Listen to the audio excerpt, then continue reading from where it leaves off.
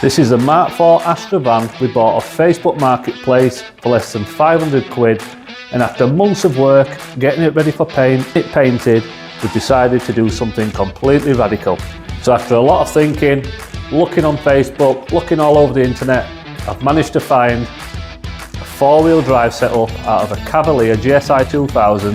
This came out of a 1989 2-litre red top car with an F20 gearbox. I'm going to make it all fit into this Mark IV van. So what do we need? We've got the rear diff, we've got the rear drive shafts, got the rear subframe, got a set of 5 stud rear arms, got a set of 4 stud rear arms which we're not going to use, so they might be up for sale if you're interested.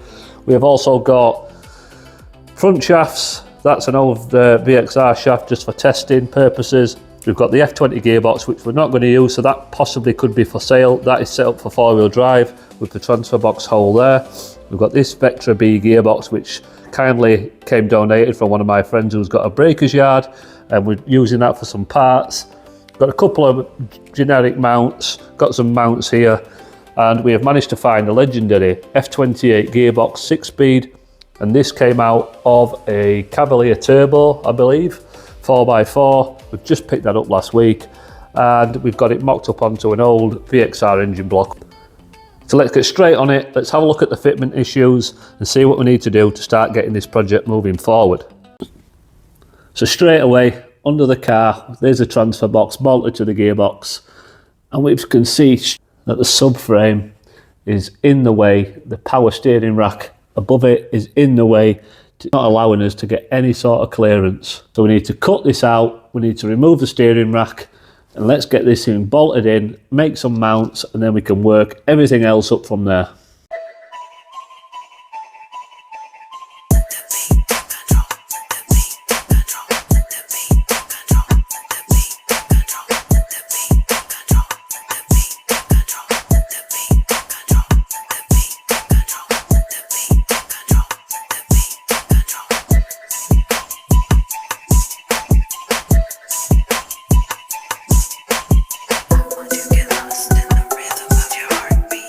Main issues to start with. Number one, the steering rack that bolts to this subframe.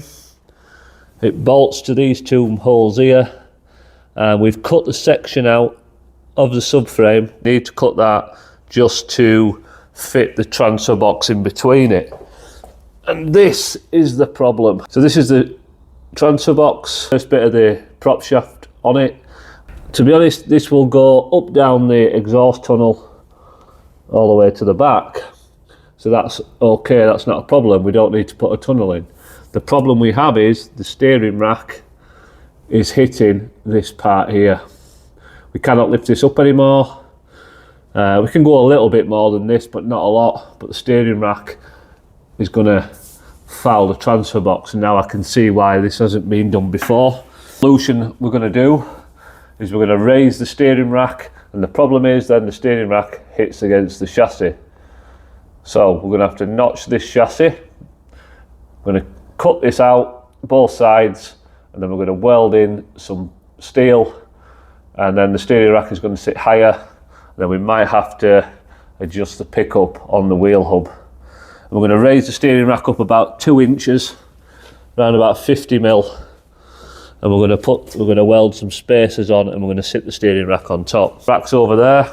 I've removed the electric power steering. We should be able to keep the power steering, but in order to raise the rack, we're going to have to cut the floor out of the van and weld this further up here to accommodate the rack. Right, it's been a few days. We haven't got much footage because I've just been so busy trying to get this thing in. So we've found out what we need to do, and we're on with it. So let's run through what the issues have been. First of all, F28 gearbox. The mount doesn't go anywhere near for the Astra Mark IV body engine bay. So we've made this mount. Got a 50mm polybush mount which we've made up. Made it on 2 bolts there, and then that's going to be all solid and good. So we've come underneath, and the first issue we came across, subframe. Obviously subframe went from here across to here, and this transfer box wouldn't go anywhere near. So we've cut the subframe section out and we've put some blanking plates. We've welded some plates on, some caps on the end, and there's one up here that you just can't see that's welded. And then we've made this rear torque mount which fits onto the original F28 backing plate. So we've got a torque mount on there that's held on by 2 bolts, just loosely at the moment. And then what we're going to do, we are going to take a captive nut behind here, and then a bolt will go through this mount and hold that rear torque mount. So as you can see, the steering rack at the moment is held up by a couple of threaded spacers. Now we're going to make a complete mount for this on both sides, but just look at how much we need to lift the rack so the transfer box doesn't foul the steering. I want to keep the power steering if I can. So what I've done is I've just cut this hole out under the van, which I'll then make a nice plate for and seal it up with a rubber boot.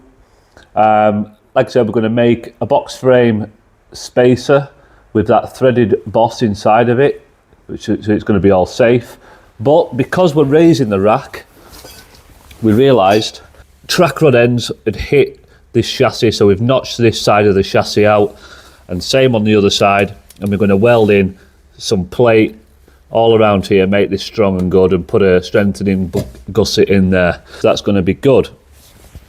Now, because we've raised the steering rack, do some modifications to the end of the rack to go onto the steering column, which we'll get to once we get all this sorted out. I'm going to keep this bottle for the reservoir.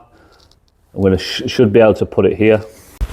So as we come round to the near side, we can see that the gearbox is only just clearing, and if there's any movement on this engine, it's going to hit, and we have some fouling just on the bottom there of that CB joint onto this top mount where the bottom arm goes in. So we're going to do some adjustments here, take the subframe back off and do all the adjustments we need to do to get the clearance and fit. Luckily, the F28 shafts, or the F20 shafts, fit into the hubs for the GSI hubs, the originals, and so that'll be perfect. One more issue which we've come across is the ABS system. Now on the car, the ABS pump, as you well know, sits around about here in the bay, and it takes a lot of room. So what we're going to have to do, just to make things simple, and it still will be safe, is we're going to run this car with no ABS system. We're going to take it back old school, and we're going to do away with the ABS. So we've removed the ABS pump and all the control unit from here and all the wiring, and we're going to run it manual. We might have to put a bias valve in just to slow the braking down on the rear so it doesn't lock the wheels up. But so we've been on with getting the master cylinder piped up. We've got a couple of T's, so this goes to the front. These 2 pipes here go to the front, so we've got one going to the driver's side. This long one runs along the bulkhead, goes out to the passenger side, and this T at the back here, which is, they both go into the reservoir. These are for the rear, so I'll make 2 pipes and send it down. We've got our own flaring tool here and all the copper pipe and the fittings. These are only off eBay, 15 quid for all the fittings or something, bargain.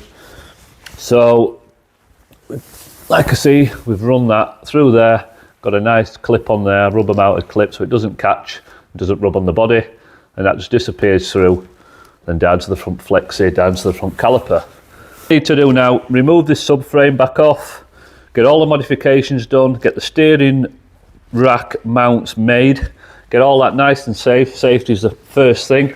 And what we're seeing is we might just have to make a little bit of adjustment to these power steering pipes just to clear.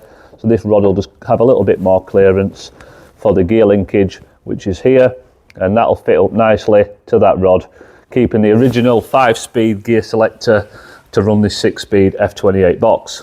Get the steering rack off, make the modifications, get it back together, and hopefully we can have the first part of this build complete. Subframe's back off the van, and we've cut these spacers, and these are going to go one here and one over here, and we're going to weld a washer to the top of them to make a bit of a box and weld the whole thing to the subframe.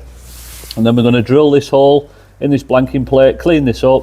We've got a little mark on here, and we're going to drill a hole in there, sit a nut in, 10mm nut, and then we're going to weld that in to make a captive nut for the rear mount. And then we're going to notch this. This is where the gearbox is hitting, and we're going to give this bracket on top some attention and lower it down just a few mil so that CV joint will clear. Right, got these bits welded in. So we've got a nice weld round here, got a nice weld round this side, all the way around. We've got it sat on some bolts now. It's fully bolted in, absolutely solid. It's going nowhere. And we've also hole sawed out and welded in an M10 to take the rear torque mount. That's the steering rack raised up, ready to go back under the car. So now we're going to concentrate on this bit of the subframe. Let's get this notched out, welded up to give the gearbox some clearance.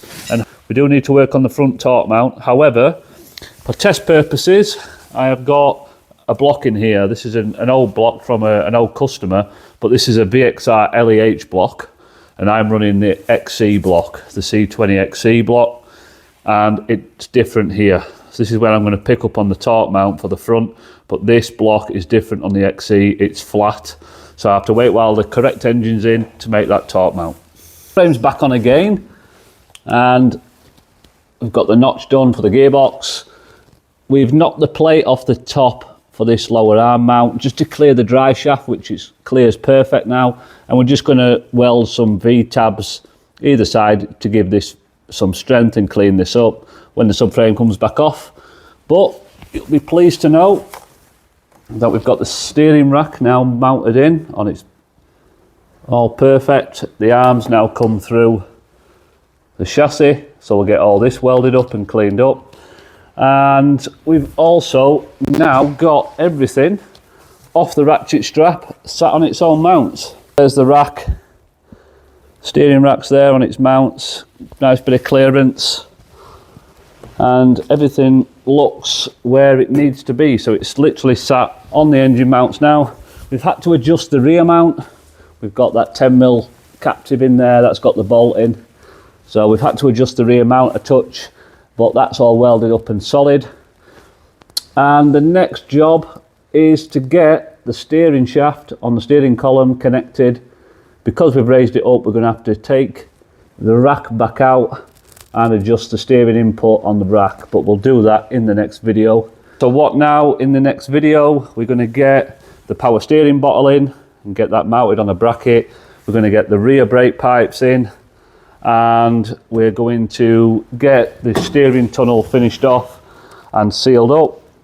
Try and think of an idea for that. But basically, guys, we have got the front four-wheel drive system mounted in, and here she is from underneath. And as you can see, we have a nice bit of clearance there between the rack and the transfer box, so that's absolutely perfect. And we've got the rear mount on. We've had to adjust the rear mount. I will make this rear mount again so it's nice and true and looks well, but it's really strong and it's going to serve a nice purpose. Like I say, with the bolt in there, got a little spacer coming through, so the mount's just away from the subframe. We don't need these holes anymore for the steering rack. Obviously we've welded some new pillar mounts on up there, and you can see she's about 2 inches, 2.5 inches higher now than standard. So that's going to work really well. We've got the bolts and it's tightened down, it's solid as a rock, and we just need to fill in the hole in the floor once we get the subframe and everything out again. And yeah, I'm going to leave this one here, guys, but as you can see, we've got the F28 and the transfer box underneath the van. I'm really excited for next week's episode. Let's see what I come across. Tune in, keep learning, stay humble.